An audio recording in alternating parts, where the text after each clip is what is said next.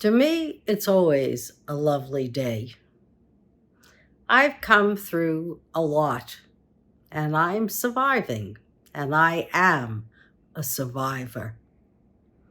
Just like other Jewish people and the Israelis. I wish we weren't tested as much as we are, but we're tested.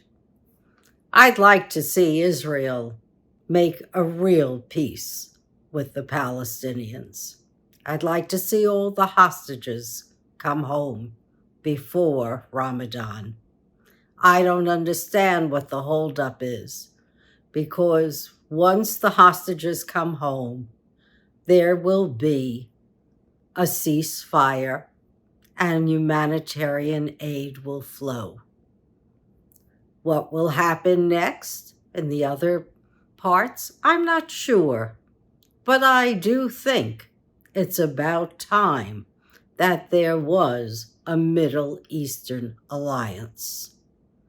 It's enough talking about hatreds of the Jewish people. It's been 40 years too much, or 70 years too much. We're not a people who looks to make war. We've seen enough genocide, enough wars. We really want to be that beacon of light that Peretz Levy said he thought Israel could be for the Middle East. Somebody, some nation that shines a light on technology and culture and makes a real mark on mitigating our climate. That's what we should be concerned about. Not the Houthis, not Hamas, not Hezbollah, not the Islamic State. People who just want to bring us back to the Stone Age. No. We should be thinking about moving forward. And to that end, I'm going to Israel in a couple of weeks. I'm going to see for myself what's happening. I already know that the Israelis on the street want to see the hostages come home, and they want peace.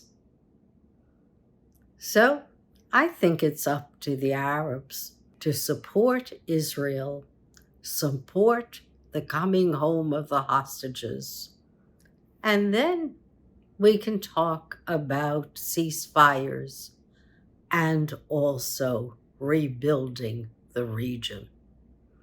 I know when I go to Israel, 250,000 people are in diaspora now. They're no longer in their homes. I know this is going to be an emotional experience because unlike the younger generations, I grew up during World War II. I grew up with Israel becoming a state. I grew up with the history of the Holocaust survivors. Israel is in my heart. Technion, which is like our MIT and is right here in New York at Cornell, Technion University on Roosevelt Island. That's been in my heart also because my mentor was a full professor at Technion in Haifa. There are so many issues for us to be concerned about, but most important is democracy, keeping democracy alive in the United States and all over the world.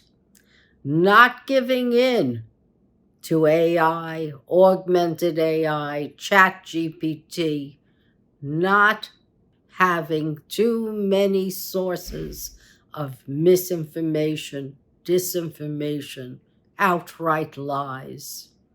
We've got to be able to discern truth from lies.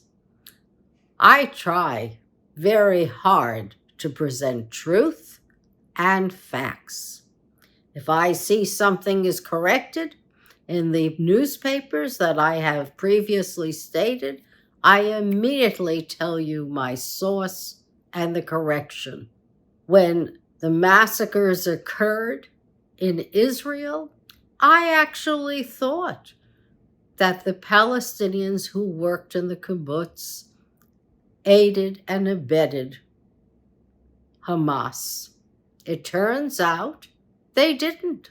One or two maybe, but this was not a concerted effort on the part of the Palestinians who were granted work visas into Israel to become part of the enemy culture and the massacres. That makes me feel a hell of a lot better, because I then know that people in Gaza are decent individuals. I wish in our country that people would express themselves in ways other than just emoting and just giving vent to their feelings, and they would speak before they act. And maybe we'd have a little less hatred, a little less incivility, a little less anti-Semitism. And then I can't stress enough, the Ukraine needs help. The Ukrainian people are dying. The other day, Russia launched missiles on Odessa, where Zelensky and the premier of Greece were touring. People die all the time. They're not fighters. They're mostly civilians who have been conscripted into combat. They need weapons to combat Putin. Appeasement of dictators does not work. We saw that in Germany. We saw that under Hitler. It's the same with Putin. He had no right to Crimea, and he has no right to seize portions of the Ukraine, or any other nation for that matter.